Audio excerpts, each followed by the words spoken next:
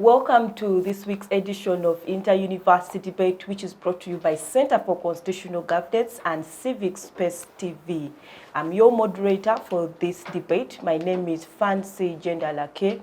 I'm an advocate, a tax consultant, and a lecturer. For this week's edition, we host students of Kabale University, all the way from Kabale. You're welcome to the Inter-University Debate. Thank you very much. Okay, so in this week's edition, we are looking at the status of Uganda's economy as Uganda celebrates 60 years of independence. As we know, Uganda got its independence from the British, having been colonized for years. We were able to get our independence in 1962, and on Sunday, we celebrated 60 years of independence. So as we had the celebration, students of Kabale University were looking at Uganda's economy. They were doing their research on Uganda's economy 60 years down the road. What has changed? There are several issues in there that we are going to discuss with these students. We are going to look at the issues of public debts.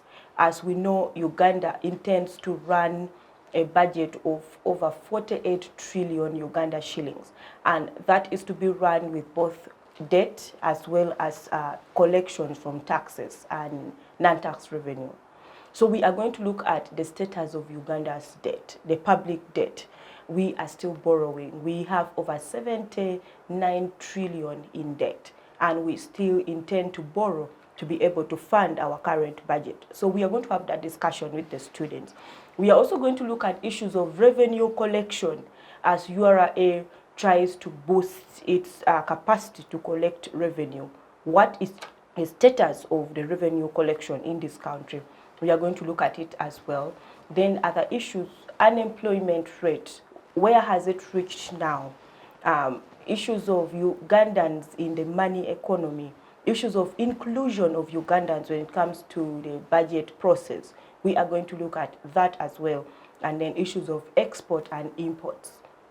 Then the issue of the middle income status. What does it mean to be in a middle income status? We're going to look at that, as well as where is Uganda, where do we stand? Are we at the middle income status? Are we at the door of the middle income status? If we are at the door, how do we get there? So all those we are going to look at. So let me introduce the panelists for today's discussion. As I earlier mentioned, that they are students of Kabale University. I'll start with the gentleman that is next to me. All the names for today are complicated, so I'll try as much as possible to pronounce them properly. So the gentleman that is right next to me is Mr. Ahumuza Levicato. Levicato is pursuing bachelor's degree in civil engineering. He was a guild aspirant 2022-2023 at Kabale University, and is the current GRC Civil and Electrical Engineering and the Minister of Justice and Constitutional Affairs in Kabale University. Earlier on, I was telling him that he's the Norbert Mao of Kabale University. So Levicato, you're welcome to the Inter-University Debate. Thank you so much, Fancy, and I'm really privileged to be here today. Okay, and we are happy to have you. I know you were in the previous season as well. Yeah, and I think a matter of correction, I was not a guild aspirant. I am a guild aspirant. You are a guild aspirant right now? Yeah, we are going to vote on 29th. Oh, okay. Oh, okay. As Inter-University Debate, we wish you all the best. Thank you so much. I take that blessing. Okay. So our second panelist is also a familiar face in the Inter-University Debate. She is called Miss Atusingwize. Oh, I hope I pronounce it well. Prize. Okay, so Prize is pursuing a bachelor's degree in social work. She is the vice president, Human Rights Club, and she is the guild. She's the aspirant GRC Faculty of Arts and Social Sciences.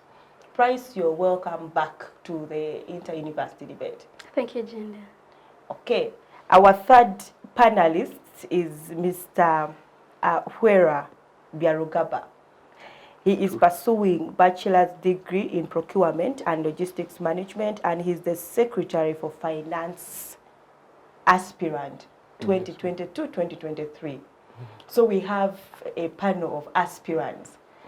Okay, so Byarugaba, you're welcome to the inter-university debate. The pleasure is all mine.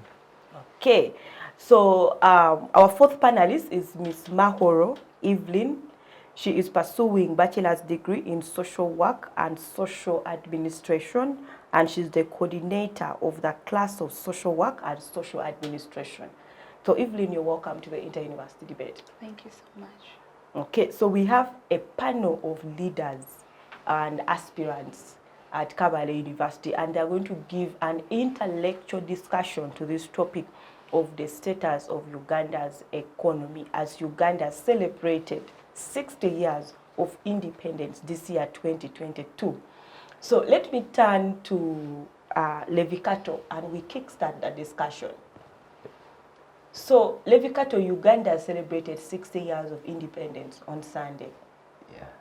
As we were celebrating it, we were also evaluating on the economy of Uganda. So, my question to you is, 60 years down the road, what is the historical background of Uganda's economy right from independence? Thank you so much, Madam Genda. When I'm actually giving the historical background of Uganda's economy, I'll say nothing much has changed, and I'll give you the reasons as to why I believe it in that way. Because if we look at the GDP, it's actually increasing progressively, but then at the same time, the population is also increasing. So meaning if 1,000 revenue was collected from every citizen, it's actually the same money that is collected. So meaning when the number of the citizens actually increases, then the GDP is also expected to increase. So when the figures keep on increasing, statistics keep on increasing, then I think on progression of percentages, we are still on the same level. So basically looking at how revenue was actually collected those days, we had direct and indirect taxes. And I think by then we were doing more of the direct tax, because I even remember when I was born around 2000, they were still even imposing direct tax. I remember some of the days when our parents even used to run, like they were hiding in trees. Yeah, hiding in trees. So that was the situation that was there by then, and that was the way that are supposed to collect tax. And then the other situation was actually pending on. I would not blame Uganda so much, because even the colonial masters of Uganda themselves are there to blame, because they had two types of governance. They would govern a country by colony and a protectorate. So meaning if your country would be governed as a protectorate, then everything that would be done in your country was to protect you from the enemies, and then they would get collaborators, and then something like that. So basically that's when we looked at a lot of Ugandans basing on the collaboration side and on the resistance side, because it was a protectorate, trying to protect it from different arms. But when we look at other parts of East Africa that actually developed, borrowing an example from Kenya, it was taken on as a colony. So meaning everything that the colonialists were doing in Kenya was to develop its economy, whereas what they were doing in Uganda was to protect it from its enemies. So that's why the security of Uganda is considered to be at a higher level compared to the East African countries, but then its economy is actually so low. So I believe as we continue celebrating as 60 years that we've actually channeled down the road, we need to think twice as the lead, especially the leaders of the country. How are we able to make sure that Uganda actually manages its own economy? Because it is so ashaming. Rwanda of recent was in a war, and I think it was around 2004, if I'm not mistaken. So after the war, Rwanda was so able to stabilize so fast, but then Uganda that actually has spent some good time without going in a war is suffering with high figures of inflation. So I think we still need a high check-up on how we are handling such situations. But I believe as we shall keep on discussing in our subsequent speeches, I believe we shall understand what basically needs to be done for the betterment of changing our history. Because I believe the narrative is supposed to be changed. If we have a bad history, then it cannot give us a bad end. Okay, thank you, Levicato, for that overview. So let me move to Price. So Price, Levicato took us down history, and we are now here at 2022. What is the overview, the general overview of Uganda's economy in the year 2022? Yes, thank you, Genda. I wish to let us know, we as Ugandans, that wano wetulaga tugenda kufa. If we continue like this, wherever we're heading to, it will not be a good end for us. Because as we speak, we have a public debt that accumulates every other time. trillion now. Where are we going? That is not good for us, because if we continue accumulating dates every now and then, the International Monetary Fund will come to a time that it will give us no more funds anymore. And when it gives us no funds, then where shall we go? Because we have a lot of issues that have led us into this situation that we are in, which comes as there is poverty and unemployment, then there comes in the natural calamities, then, okay, we have a lot of things that have led us into this, but are we looking for how to have them solved? The economy, as we speak, scares us every other day, and we should look into how we should have it solved. What are we supposed to do about it? Are Ugandans into the system, or is it done by only the government? Are Ugandans willing to be in the system, and the government is throwing them out? Yes, so today we shall have to understand what we shall have to do about that. The economy, we as Ugandans, if we are given the chance to be involved in having it solved, in having the public debt, come down, because according to the budget, even if we decided to live by God's grace and given what we have to pay the public debt, we would still remain with debts, because our budget for the year is below the debt that we have. So should we think that if we accumulate more debts to invest in certain things and pay for and invest so that what we earn from that can pay the debts, should we think that that is the way to go? We cannot be sure. So we should not take that risk, because we shall take the debts, invest in something. If it doesn't yield, what shall we do? Shall we go to accumulating the debts more? That would not be good advice. I beg to submit. Okay, thank you so much, Price, for that. Let me move to Byarugaba. So, Byarugaba 2022, Uganda passed its budget in June. We watched the budget speech, and we plan to, it's a budget of over 48 trillion Ugandan shillings, but we budgeted for in June and passed it, and we are already operating on it. Uganda also set its priorities in the budget. So what do you think about the priorities of Uganda in the current budget 2022? Thank you very much. I think Uganda is prioritizing in some things that are to some extent not getting beneficial to the citizens of the country. However, this is bringing us down as the citizens of the country. They would look up to things that would actually be benefiting everyone.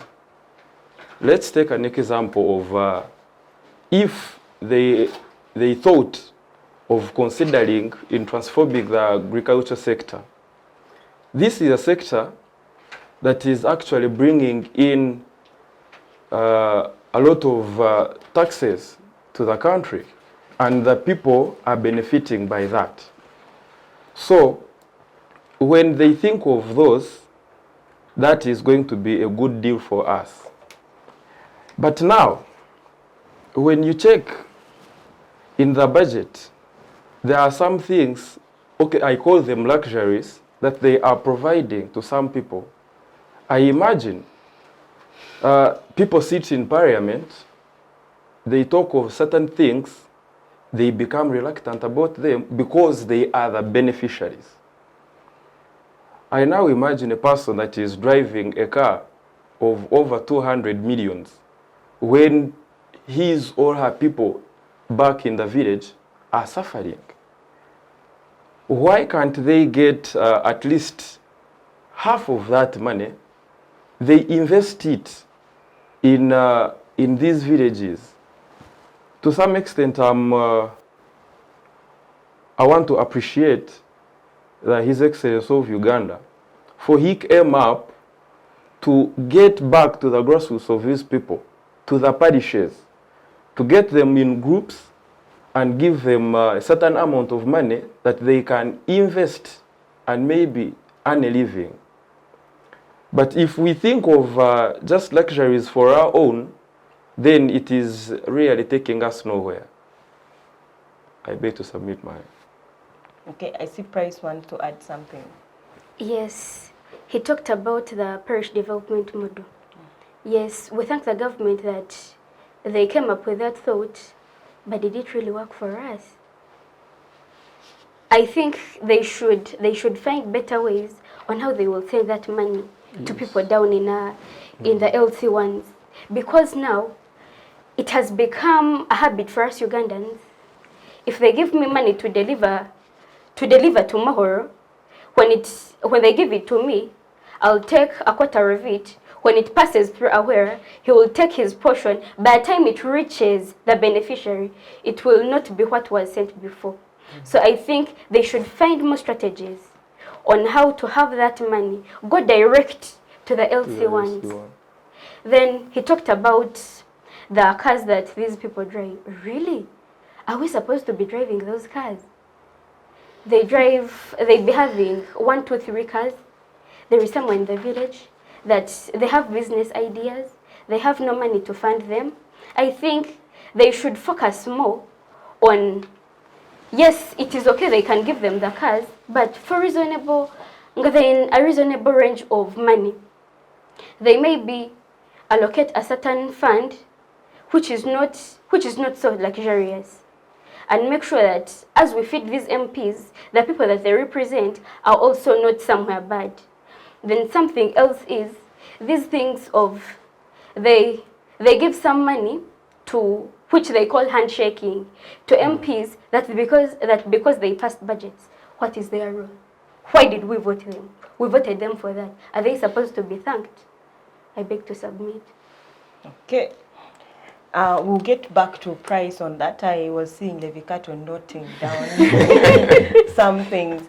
So let me bring Evelyn into the discussion. So Evelyn, we are still looking at general overview of the economy. We had Levicato that looked at it historically.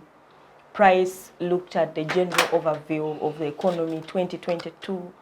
And then Byarugaba looked at the general overview of the budget.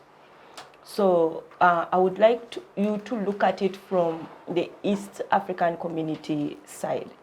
As we know, East African community now has 7 countries. In there we have Uganda, Kenya, Tanzania, Rwanda, Burundi, DRC, and South Sudan. And Somalia has shown interest to join. So where do we stand within the EAC in terms of our economy? Thank you so much, Moderator, for that good question. In my opinion, I think Uganda is in a better position when it is compared to the East African countries because it has benefited a lot. Yeah. Also, Uganda is even a member of the East African community. It is among the signatories. The signatories are 3. So that has widened the market base of the country where we generate revenue. We're actually doing well. Okay, not so well, but not so poorly when we are compared to the East African countries. Okay.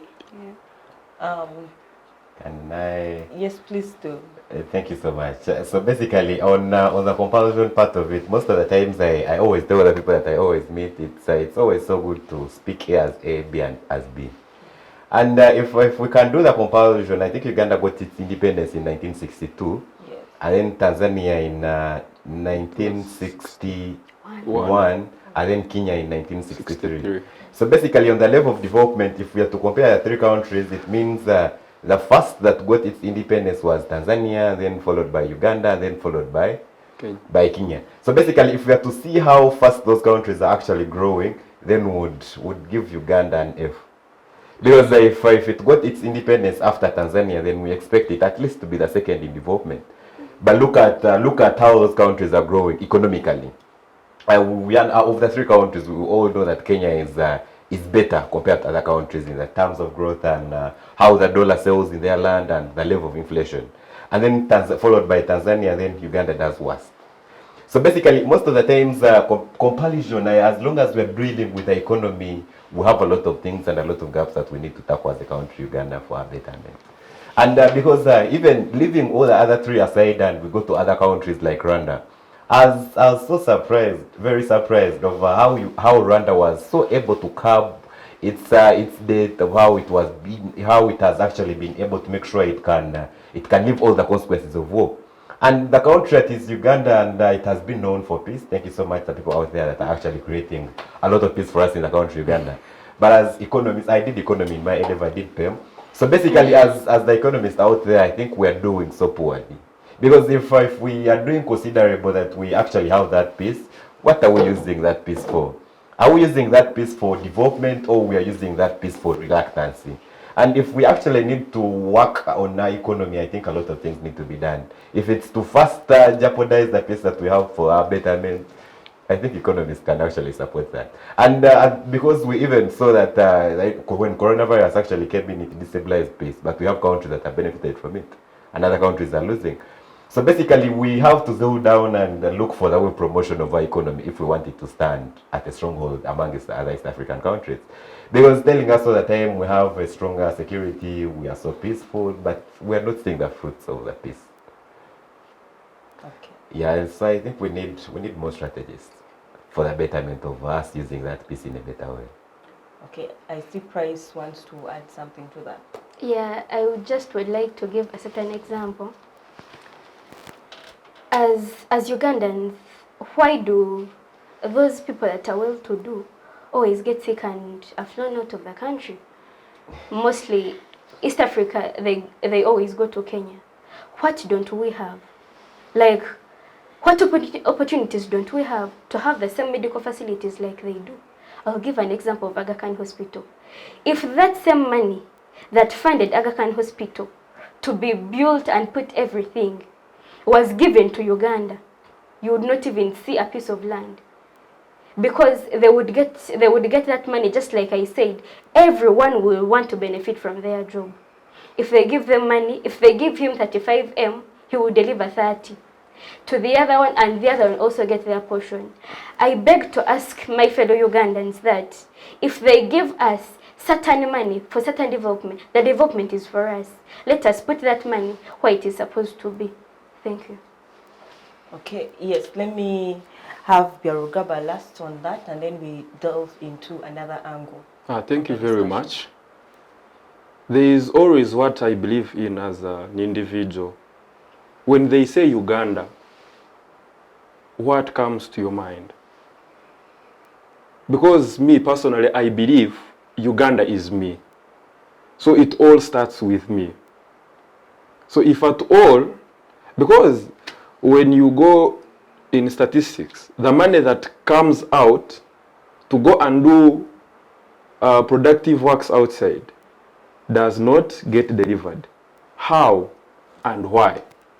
Because when they give me maybe 10,000 to deliver to Levicato, and I get off 500, then I give 500 to Priyana to give it to Levicato. She knows I was given 10,000, but what is she doing? She will do nothing, but rather also gets maybe 300 and gives the rest to him. So I think it is us to take that initiative to open our eyes. Then, and okay, what we need is boldness. Let us get bold and speak the truth. I think that will save us to some extent. Okay, so what I get from the discussion, from your discussion and from Price as well, we have an issue of corruption. That is so true. Now, okay, let me just pose this question to probably both of you. Now, Uganda has put in place laws to curb corruption. We have the Anti-Corruption Act and several other laws in there, including the Penal Code Act for issues of theft and so forth. But directly, we have a law that deals with issues of corruption. Uganda has even put in place a court to handle issues of corruption. Then Uganda has in place the IGG, and public officers must declare their wealth. And as well, they are being checked all the time by IGG to ensure that public funds are properly used. Now, my question is, what more can Uganda do? Because it seems we still have that vice of corruption in place. It's to both Prize and Byarugaba. I'll come first. Okay, you can start. Yes. The laws are there, but are they being implemented? They are not. And the first step that we shall take is have those laws implemented. If they don't work, that is when we shall see what next to do. Thank you. Okay, yes, Byarugaba. Thank you very much. We all know the laws are there. We have the constitution. But this saying of laws are meant to be broken is actually affecting us. Yes, we have to believe that fact, because those people you're actually putting in those offices are the very first people that are getting corrupt. We have seen cases of where someone has been an officer but has no documents. How? So I think we need to surely work on those things and implement those laws at least. Then we can see how best we can go about it. Okay, so let me get back to Levicato. Let us delve into the discussion of public debt. So when the budget was read in June 2022 this year, the minister stated clearly we have over 73 trillion in public debt. That includes both domestic borrowing internally in Uganda, and as well as external borrowing, where Uganda borrows from IMF, World Bank, other countries. We even saw Uganda got debts from the Exim Bank of China to build the Entebbe Express Highway. We still intend to borrow more money to fund the current budget. So what do you think about the status of Uganda's economy in terms of public debt? Thank you so much. And most of the times, before I can even look at the perspective of what we are currently facing as the status quo, I think the first perspective that goes into my mind is why does actually this debt come in place? Because according to Independent, I think that was last year, 2021, around 5th December, they got out a documentation that was showing that almost 20 trillion Uganda shillings is lost in corruption every year. So it basically means if we are to compute, you may find even all that public debt is actually in corruption. So the only status that the only zeal that I'm actually looking Uganda in is if we can actually have transparency in the leaders that we are having, then everything can be actually worked upon. Because come to think about it, they are getting loans to build roads, and most of the times I even see the underdevelopment that we are facing as a country even results from such loans. I think there's even at the time when we reached the red mark, and then they had to keep on pleading so that they can give them more loans and more loans and more loans. And at the end of the day, if these loans were actually used in a better manner, they would be helpful to the country. But I'm looking at a scenario, the Exim Bank of China gives Uganda a loan to construct the express highway. But the people, it comes as tied aid. So meaning at the end of the day, the people that are actually supposed to benefit from this money are the Chinese. Because even the road that they put in place, like we shall be seeing in our subsequent submissions, we shall see that road is actually being taxed of recent. So basically means the people, the contractors, the workers that were there, the people that benefited from that road. So Ugandans are paying so that they can use that road, meaning the benefit that they're getting it because of the pay that they are putting in. So basically the people that benefited at no cost are the people that constructed that road, who are the Chinese. So meaning we need more and more of the people, and most of the times that's why I always call academicians to. Most of the people are always surprised when they see me as a civil engineer joining politics. But I always call upon the academicians to actually come and take on the strategies of organizing a country, Uganda. Because I'm looking at a scenario where people have continuously borrowed money that is tied. So you find we have a lot of unemployment, like we shall be saying, but then at the end of the day, you're continuously borrowing money that is on tied aid. So meaning you're increasing the level of unemployment, you're increasing the public debt, and at the end of the day, you're doing negative. So the end result, at the end, we shall end up selling a country, Uganda. You remember the rumor that was actually passing through that the airport was sold. So basically it means that we shall reach at a time when that shall no longer be rumor. And you find even though we are here, by the time we reach outside, we shall find security guards everywhere. from China, and they'll be like, this property is no longer Ugandan property. So meaning, basically, if we can't have people that are great thinkers within our economy, where academicians are actually excluding themselves from politics, then they'll also be sold in this country.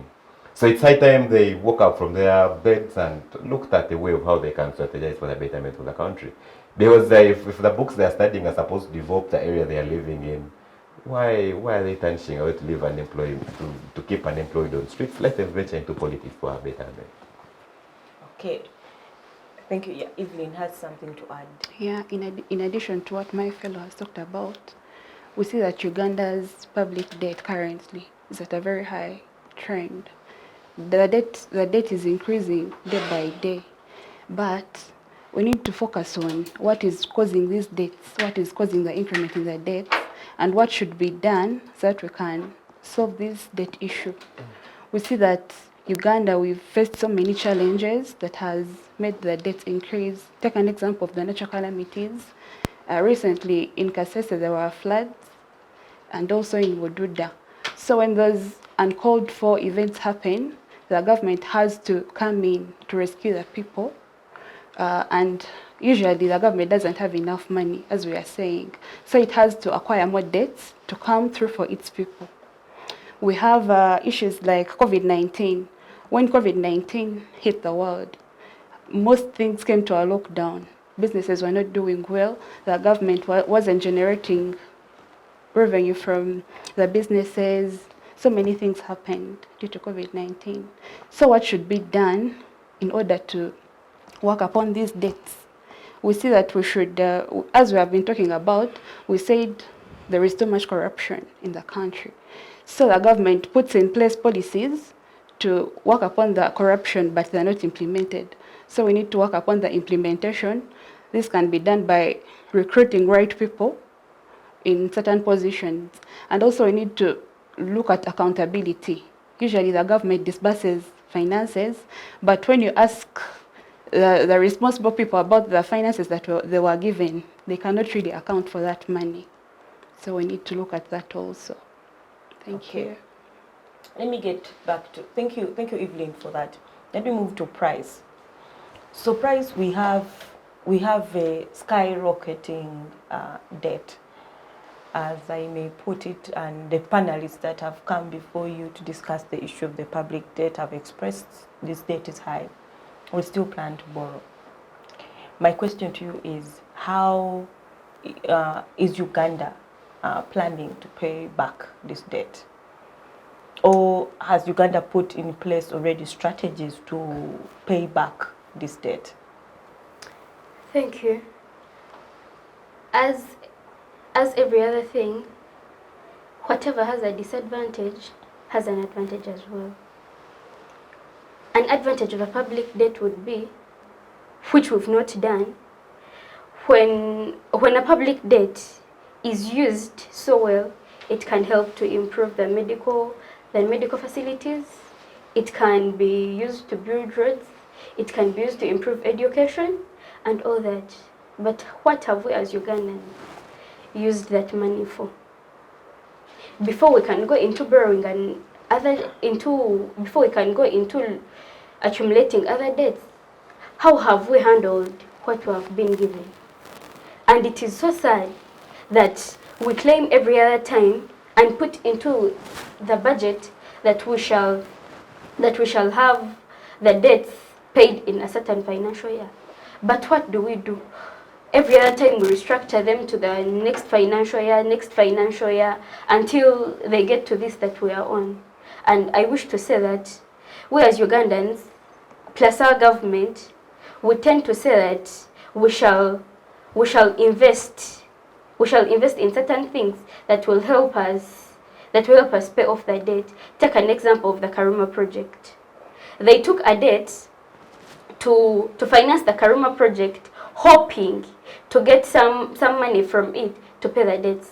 But I think we should put money where we see. Thank you. Okay, thank you. That was a strong warning from Price. So let me move to Byarugaba. We are still on the topic of public debt that we have, and my question to you is, How best can Uganda reduce its debt liability? Thank you very much, Madam Jende.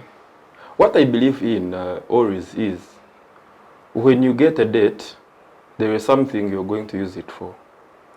And once it's done, what have you put in place to replace back that money? Because it is not yours. Eh? Because what I know is there are two types of money that you can get. That is internal and external. This is, okay, internal. This is a situation where you have maybe like service providers in the country. I suppose maybe like the teachers, where you're supposed to pay them probably like after every month as agreed upon. And you do not pay them. You can get that money, use it for something else, but well knowing you're supposed to pay it back to those people. So you have a debt. Mm? Then getting money from external sources, from other countries. This is majorly always done by the central bank, if I'm not mistaken, but that is it. So if you get that money, invest it. If you get a profit, please pay back the money. Or take a situation of where you're going to invest, where you're not going to earn. Hmm? Taking an example of COVID-19, they passed a supplementary budget during those days that was going to cater for the people who were sick and getting drugs for those people. So you are investing where you're not going to earn. However much, you have other faculties that are bringing in money. If you are to pay off, it is not mandatory that you have to pay it at once. But I believe if you have a debt of 1,000 and you say in this financial year, let me pay off 500, maybe next year I pay off 200, I'll be getting the balance. Like that. It's also, it is a gradual process if you put it in mind. However, we've just become reluctant about that. Okay, I see both Price and Evelyn would like to add something. Let me start with Evelyn. Yeah, talking about how Uganda can handle these debts that we have currently, I think Uganda should change its priorities somehow.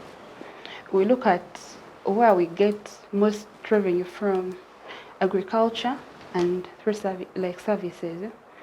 So I think the government should try to modernize and commercialize agriculture. Most people are there in the villages, they're only depending on farming, subsistence farming. So they should try to commercialize it. This helps people to make their lives better. When people are okay, it reduces on the burden of the government to take care of them through providing services for them. Also, I think the government should, I've talked about working on poverty and unemployment. I think the government should avoid this thing of debt rescheduling. Yeah, the government is used to debt refinancing, and this is where we are in a financial year, and then the government realizes that it's unable to clear the debt that it has currently and decides to pay it in the next financial year. I think we have gotten used to that so much, and also we should get loans from people that give them at a less interest rate. Thank you. Okay, so you're pushing for we should be getting loans at a low interest rate as a country. Yes. Okay, so yes, Price. Price is going to wrap up the discussion on public debts, and then we move to issues of revenue collection. Yes, mine is actually more of a disagreement. I'm just disagreeing with Ahwera. I think the loans they took for COVID-19 was worth it only if they didn't use it as planned. But it was right for them to get a loan, because were we supposed to let our people die? I think they were right to try what they could. It would only be wrong if they didn't use it for what it was supposed to do. Thank you. Okay, yes. Before we can switch out to another topic, I think it would be disservice if I don't say anything on that. On that issue, okay. On that issue, because I think that strategy that was supposed, or the point that was supposed to all look at is how Uganda is actually trying to manage the loan. Though the loan has actually become so hard for it to manage, it's like it's like a small car trying to put an elephant. But then I'll always give credit where it's necessary. I will say part of the actually some of the things that the government is trying to do to make sure it can reduce its burden, its loan. I've seen of recent they are trying to look for ways of reducing their expenditure. Though like the people have continuously said about misuse of funds. They are trying to reduce their expenditure, but in the way they are reducing their expenditure, they are not reducing it where it is supposed to be reduced. So instead of reducing the allowances that are actually given to the MPs of recent, I saw they were discussing on how to reduce the allowance of students that are on government. So at the end of the day, the students on government are actually receiving less money according to the inflation that is taking place in the country. But instead of looking for a way of reducing their allowance, they are looking for a way of reducing the allowance of the people that are already suffering. So basically, I think they need to check up and look for where to reduce these expenditures from and leave the necessities the way they are. And on the other issue, I've seen they've increased, because in a way that the government can be able to reduce its burden is on increasing taxation. Because when that road, the Entebbe Express Road was constructed, they were not charging it at first. But now they are actually increasing on the tax by making sure that people that are using that road can actually pay. So meaning at the end of the day, they are looking for ways of how they can refund back that money using the same resource, which is a good idea. I'll give credit where I do. And on the other issue, they are increasing on the interest rate of borrowing money. Of recent, the Bank of Uganda increased its rate by 100 pips, that is around 8.5% as per now. So basically, those are some of the ways that the Bank of Uganda is actually looking at, so that they can actually look for ways of how they can fight its debt. And I'll say that's interesting. And on the other issue, because I also realize they're giving a lot of tax holidays to foreign companies. Yes. So I believe the only instance that they can, the other thing that they can add on, let them reduce on these tax holidays that they are giving to foreigners. We have seen the Bujagali. It's so disheartening. We find we have a lot of local investors around, but then the benefits are given to the people outside. So at the end of the day, the people that are giving us the loans are the people benefiting from our own economy. And the other issue is also diversifying of the economy. Of recent, I was seeing the president trying to calculate how people are benefiting from the coffee that comes from our land. He was telling us the kilogram of coffee from our land costs this money. Then when they manufacture it in grams, they get this money. But then such words are not enough. Let them go on ground and implement what you are saying. So if they were telling us to make sure we can manufacture coffee from our land, let it not stop on statistics. Let him go down, talk to his implementers so that we can have something done. And I know if what they say is what they do, these loans would be sorted. Because I'm looking at a scenario where Uganda shall stop exporting coffee and using it in its own area. And at the end of the day, the outputs of coffee, or the products that come from coffee, if we did them from our own area, would be able to cut down that loan.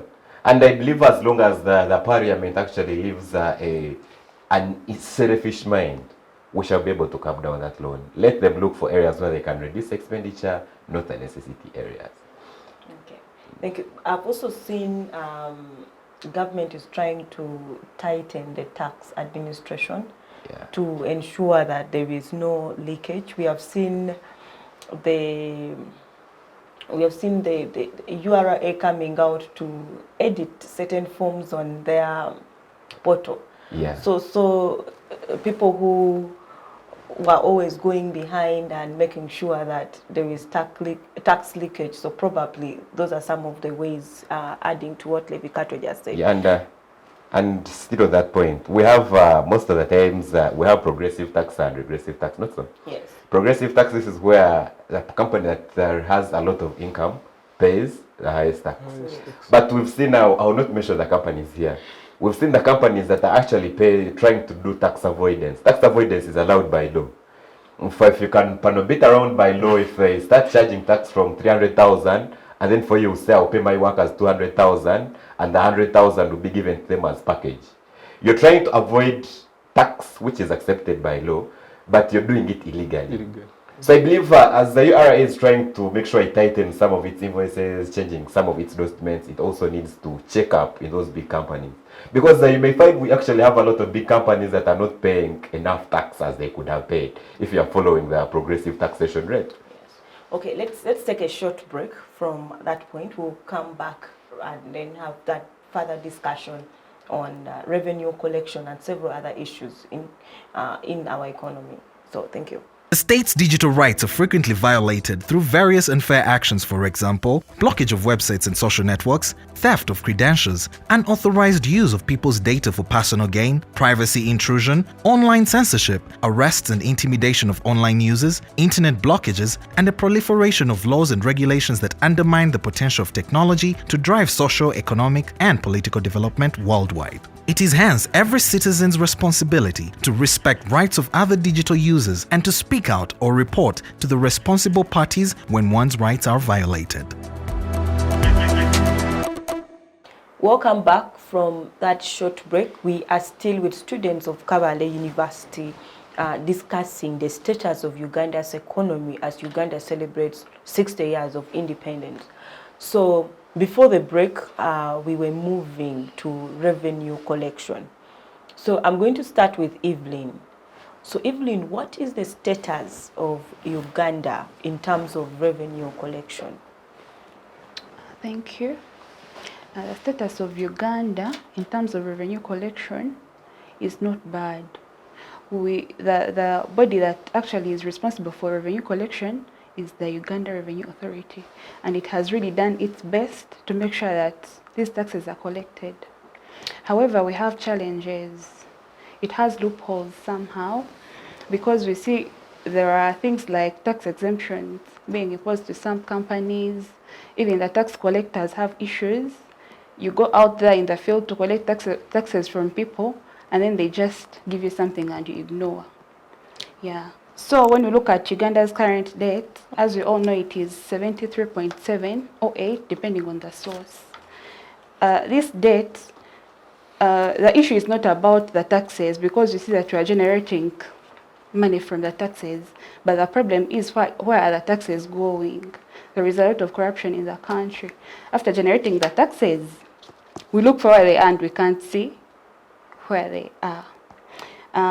We see that ever since Uganda got its independence in 1962, there has been an increase in tax generation. However, it's declining due to some reasons. Just like I told you, there are tax exemptions. We see these foreign investors, when they come in the country, they are given tax holidays, which reduces on the money we get from the taxes. Then also, we see very many people working in industries, and this forms a very big tax base. What is a tax base in this case? This is an activity where a tax is imposed. As I said, the problem is mismanagement of these taxes. However, there could be tax avoidances and inversions, so we need to work upon the loopholes. And this is supposed to be done by URA. The government has to put in place policies to see how we can generate more taxes. Thank you. Okay, thank you for that. Let me move to Byarugaba. So we have seen the issue of COVID-19 come up even during reading of the budget, but we also witnessed the long period of lockdown. We had lockdown twice.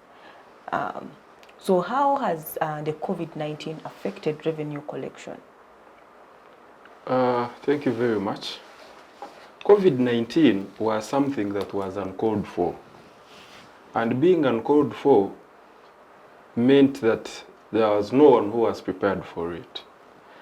COVID-19 brought us to a situation of where we were all under lockdown.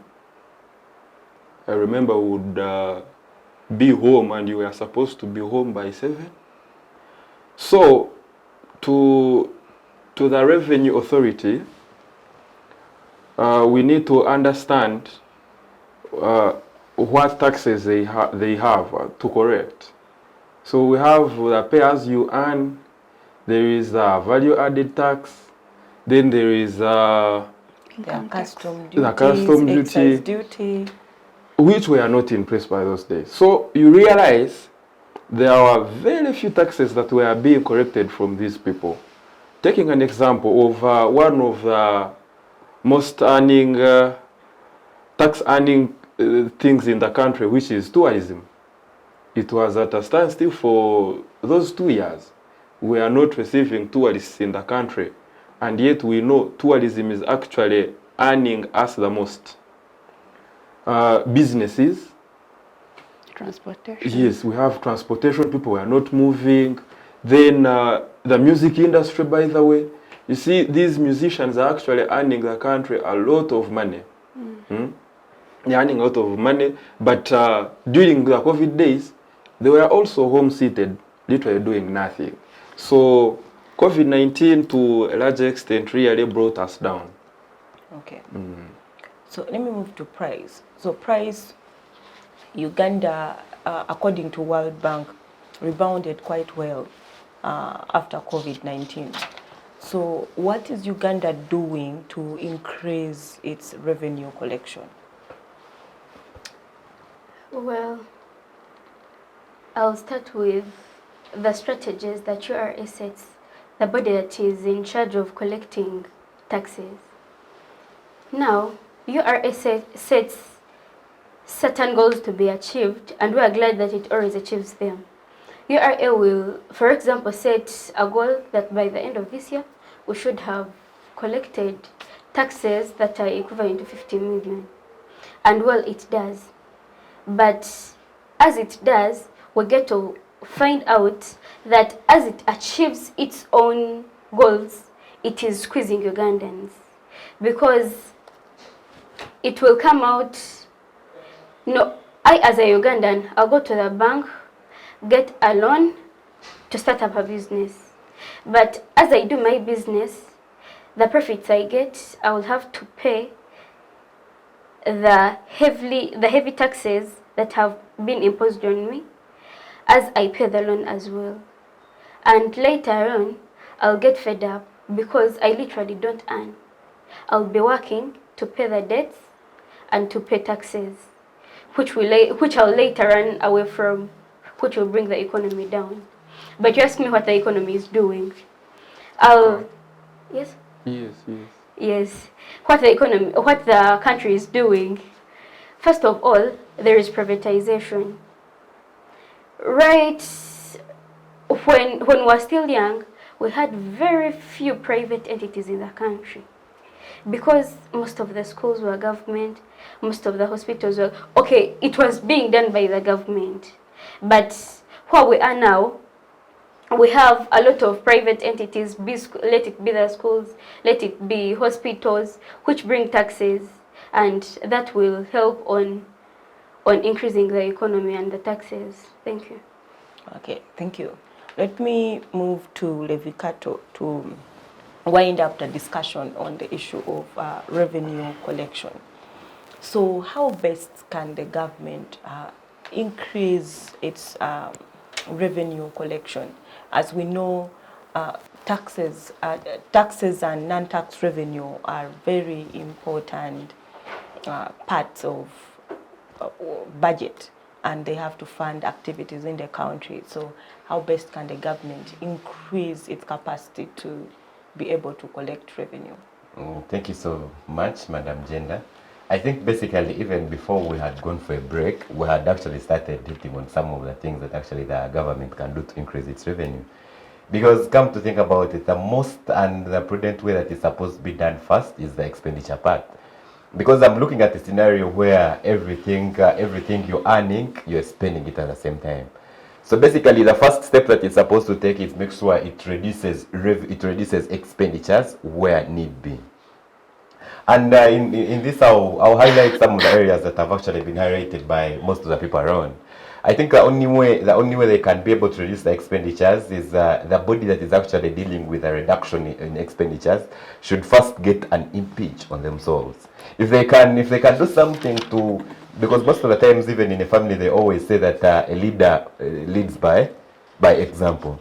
So I think in the first step, the people that are responsible for the policy bodies, that is the parliament and the executive, if they start with themselves by reducing the level of expenditure they are having, then the other people in the outside public shall borrow a rate from them. And that can actually be a stepping stone for our progress. And the other issue is that you have to capitalize on what you have. Uganda is a country that is actually relying more on agriculture. So I think if it actually needs to expand more on its revenue correction, then let it do more on agriculture. And as we shall keep on saying, we shall see why Uganda exports a lot of agriculture materials, but then at the end of the day, it benefits nothing from them.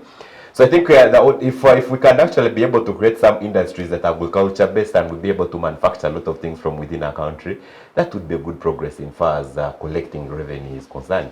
And most of the times they always say use a weapon that you best not attack your enemy.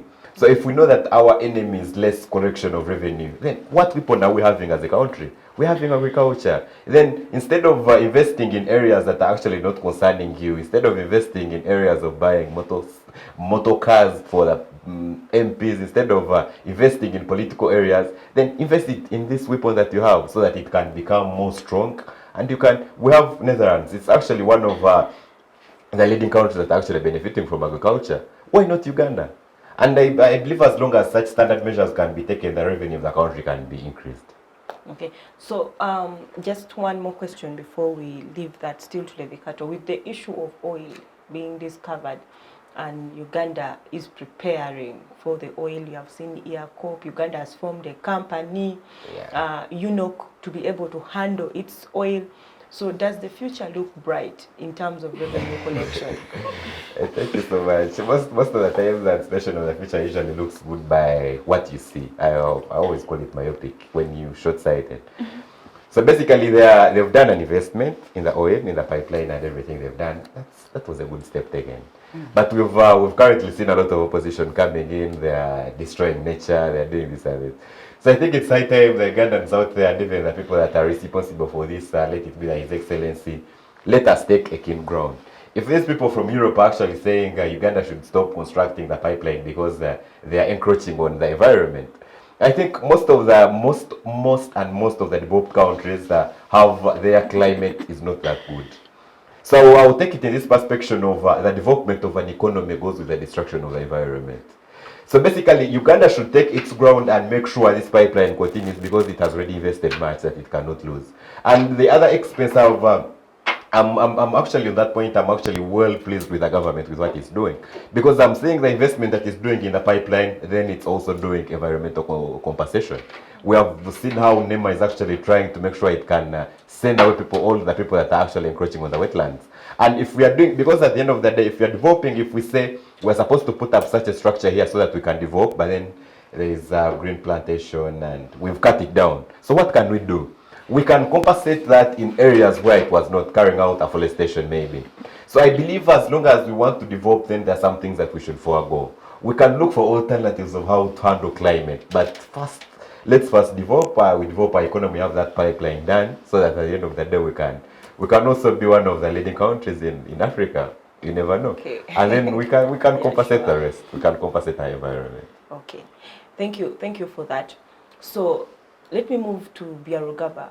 Let's start a different angle of discussion, but still on Uganda's economy. Issues of trade opportunities and exports. So my first question to you in that area is that what trade opportunities exist out there, outside Uganda, for Ugandans' exports? Thank you very much. What we need to know and understand is at one point, someone called Uganda the pearl of Africa. Why? What did they consider? So, Uganda basically is one of the best countries that has a good agriculture. In production of agricultural things, we are actually the best. But to my surprise, we are not earning out of it. So Uganda literally, if you can see in the things that they have, agricultural things that can be exported. If we export coffee, we expect money out of it. If we export tea, we expect money out of it. But if that money is being gotten because we are, rest assured, those things are being exported, where is the money going? We are lacking accountability. So we need accountability of at least what is actually moving out of our country. We have very many opportunities, and I believe if people come up and they are actually good to work in good faith, then the economy of a country should not be at this stage. Thank you. Okay, thank you. Let me move to Price. So Price, as we know, Uganda has put zero tax on its exports. So exports are zero rated, meaning you don't pay tax on, you don't pay tax when you're exporting goods, and yet you still claim input tax for the taxes you paid while buying inputs for those goods. So, but even with that in place, we still see the Ugandan export rate is very low. What are the challenges that are involved? What is making our rate of exportation very low? The number one reason might be a few weeks ago, we saw our country importing onions, mere onions from Kenya.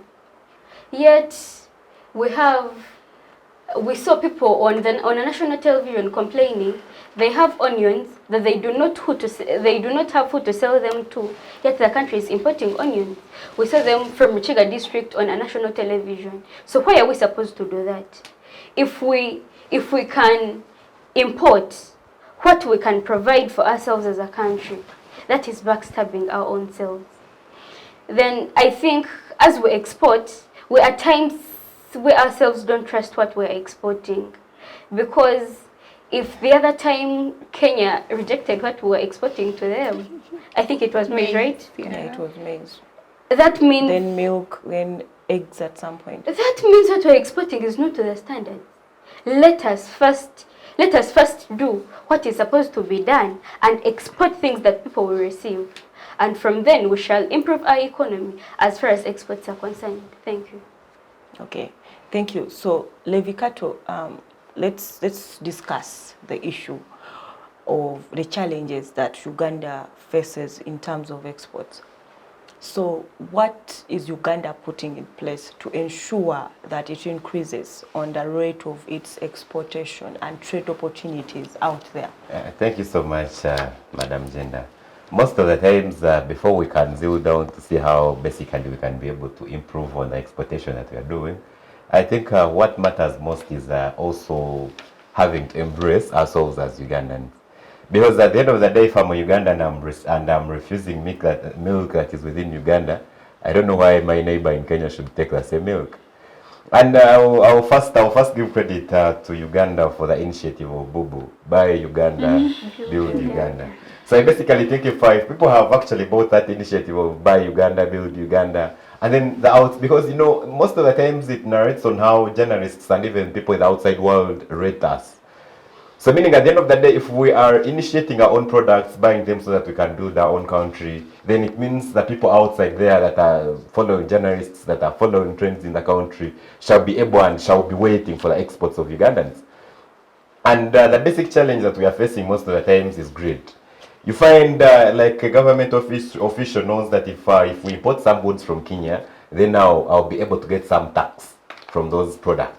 But then if we export products from Uganda going out of Kenya because they are zero rated, at the end of the day I'll benefit nothing from it. So as a person who deals in the revenue collection, in the tax collection, you want kintu kidogo. So meaning at the end of the day, he would rather get the imports that are coming from outside than let our exports leave the country. And on that issue, the other challenge that we are facing is sensitization. Because I'm looking at the perspective of the people that live there in the village don't even know that the exports are not taxed. Because I think even what we need to do, the first step that government needs to take is to make sure it sensitizes the people in the outside public. Instead of sealing down, giving them money, because I was looking at the trends that are following currently of the DPMs, the Parish Development Mode 1. I think of how a lot of money is being dished out to the country with its inflation that we are having. So I'm looking at a scenario where the people that they are giving this money, they are not telling them how they are supposed to use this money. Because if they told my grandmother in the village that, come on, if we are giving you this 1 million and you can put up some maize and you can export those maize at 0 rate, she would be willing to invest in such a product. But then at the end of the day, if you're just giving her money, and at the time you're giving her money, it's when the grandson is being chased out of school, that money will be useless to her. She will just get that money directly and pay it as school fees. So meaning at the end of the day, the circulation of money shall keep on increasing and we shall go in a state that we cannot overcome as a country. So let the Ugandans out there embrace the changes that we are being effected in the country, and I challenge the government to do proper sensitization. Let people know that the exports they are having are charged 0%. So at the end of the day, they can embrace the narrative. I believe it's a good narrative to find the exports are leaving the country, leaving it at 0%. But then, if people don't know, the people that are supposed to export, then it's useless. So the first step that the government needs to take, let it sensitize people, let it sensitize masses for the betterment of our economy. Okay. How about the angle of trade opportunities? What is the government doing to ensure that trade opportunities are created for Ugandan products outside Uganda? Thank you so much. I was actually looking. I'll start with tourism, because I've seen that tourism is one of the most marketed industry in the country. So if they're basically looking at the perspective of how it has been done because they've marketed it, why can't they come up and also market the other produces? Because I'm looking at the scenario, if our milk or if our maize was actually being marketed within Kenya, it would not have been refused. Because it would have been that Kenya actually had an online test of that maize even before it reached their country. But then the only issue they were having that hard copy even before hearing of the benefits of that milk. And that's why the tourism of Uganda is actually booming so high, because people have the soft copy of the tourism before they even come in the country. So I believe if they can take that narrative to all the other aspects of trade, we can actually have a lot of opportunities there. And the other issue that I want us to embrace, of recent I saw that some of the government were trying to get these people that are working in Arabic countries, trying to stop the transportation of human labor. But I believe in such an idea. If we are doing transportation of human labor, it's one of the things that can actually boost our trade in the country.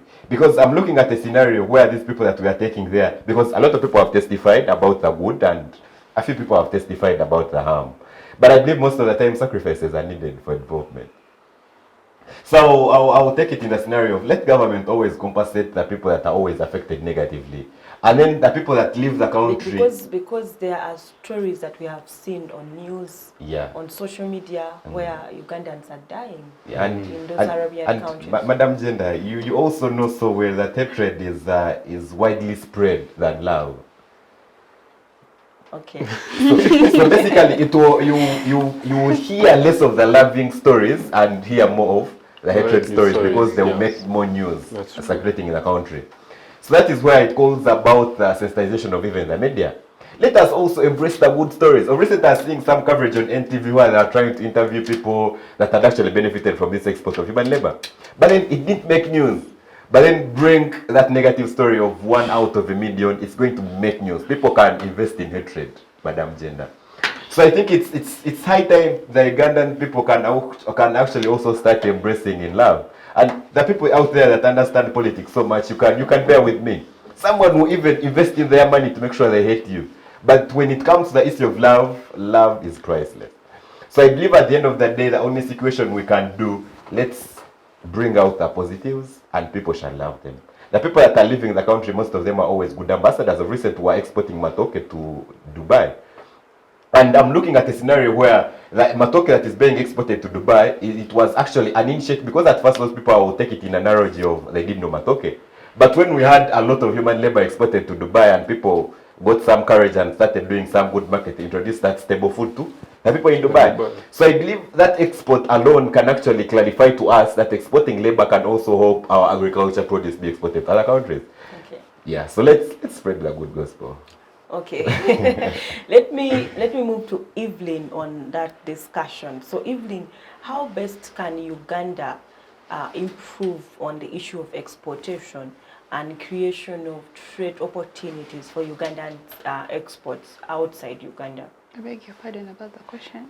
How best can Uganda improve on the issue of exportation of Ugandan products? And also, how best can Uganda create trade opportunities for its exports out there? So I think Uganda should try to export standard products.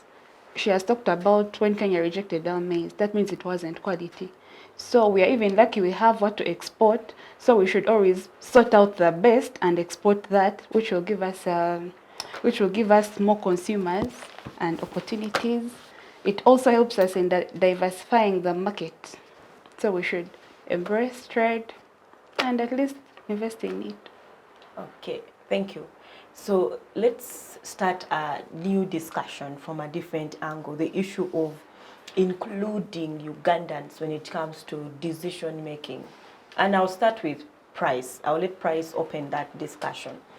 So, Price, what is the current status in Uganda when it comes to inclusion of Ugandans in decision making of the economy? Yes, thank you. Including Ugandans in making decisions for their country ends at words. They'll always remind you every day on how Ugandans are consulted. But me as me, I don't know if I'm Ugandan because I've never been consulted. And they'll always assure you on how Ugandans are consulted. Yes, we might not contribute much, but the little we contribute would help them make decisions that would be for the betterment of our country. It can be through our LC1s, through the district, but I think LC1s would be better because the district officials cannot reach everyone. Yeah, they can maybe send whatever questionnaires they want right to the LC1. I think that can best be done through questionnaires, or they can try them out. If they don't work, they can try other methods through LC1s. And when they're going to start a certain thing that they're not sure how it will come out, consult Ugandans and see what they think about it. Thank you. Okay, thank you, Price, for that. Let me move to Byarugaba on that issue. Thank you very much, Madam Jenda. About including Ugandans in making decisions, I really rate Uganda at like 1%. Because, in the previous years, we all heard of Tojikwatako. They claim they were asking from the LOCs. Okay, the MPs were coming to their villages and ask. So if we are agreeing or disagreeing. But in reality, did they do? People disagree. Yeah. They dictated in the name of asking us. They asked us, but still what we said was not done. Now you see. They were asking So literally, yes, it is just so in for other formality words, to some extent. they went and consulted, but came back and said something else. They asked when they already had a decision. Okay. They have already made a decision, but they come for formality. They want yes or no for formality. And more or less, if you give them that view of yours, it is very possible. Those people are changing. And money is always allocated for that consultation. So, really, these people need to come back on ground and inquire from us. Because I think they are not living in the country alone. If they give them money to go and distribute, they will get to you. If they are getting 2,000, they will give you 1,000. But they know they will have to benefit. So if something is benefiting them, these people are coming back to our villages. Which is actually literally not good for them and us at large. So these people need to work on their transparency, because I believe if we are transparent, then the things you're doing will be progressive, because you will be, I will use a Ruchiga statement, ageterene nigoga kwati gufa. Combined efforts simplify things in simple terms. So if they can come and inquire from us, it might not be on an individual basis that they have to come and inquire from everyone in the LOC. But you do random sampling at least. Come to the LOC one, pick this, pick this, pick this, on average. Then you compare. It would be a good initiative. Thank you. Yeah, let me move to Evelyn. As you supplement, my question to you also is on the essence. What is the essence or the rationale of inclusion of Ugandans when it comes to decision making that concerns the economy? What is the essence? What is the importance? What's the reason behind it? Thank you so much. I'll just go straight to my question. I chill as supplementing. You can start by supplementing. So to add on what he said, I think the inclusion should be genuine. Just like we've said, they came to inquire from the citizens just for formality when they already had a decision. Recently, I have a friend who traveled abroad. I don't know if she went for good, but she was happy. Like, I always dreamt of the day I would leave this country to its owners. Meaning people, we are just existing in the country, we are not included. Because people are tired. Yeah, we have no choice. That's why we are still here. Yeah, so going to your question, the inclusion is not good, just like I've told you. Okay, let me bring Levicato into that discussion. So, Levicato, how best can Ugandans be included when it comes to decision making, specifically for the economy? Thank you so much. I think most of the times, no matter how much they try to avoid the necessity of including them, at last they have to be included as the last consumers. Because even these parish development funds, we've had NADS, we've had Commonwealth creation, a lot of things that have happened in such scenarios. Most of the times they've always wanted to exclude Ugandans because at the end of the day, they will give it out as a token of appreciation for the votes that they had. So basically, the only narrative that I can zeal to is let them always include them even at primary stages. Because I'm looking at a scenario where a lot of seedlings, a lot of agriculture products were actually wasted in the quest of NADS. And we're even talking about the quality of the milk that actually was refused from Kenya and even the quality of the maize. A lot of people have actually shied away from it, but I'll give the reason as to why that maize was not quality or the milk was not quality. It's because of the NADS products. People shall shy away from them and give, and as if they care nothing about it. But we all know that those are some of the products that good, they were fast maturing, but at the end of that day, they were not good quality that can be exported out of the country.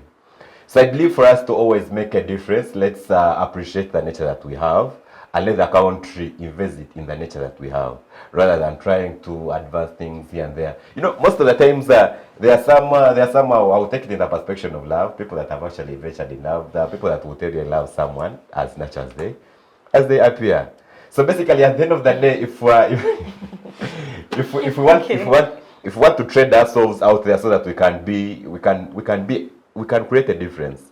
Let's have a natural products because, like I told you, tourism is spreading so fast, and we don't have any hybrids within tourism. People come to see the real species that is on ground. So it can be the same narrative where people make sure they can advertise more of the local products within the people, and then at the end of the day, we shall unite together for a greater change. Okay. Thank you. So I'll let Price conclude on that topic, and then we wrap up our discussion for today. So Price, still the same angle that Levicato tackled.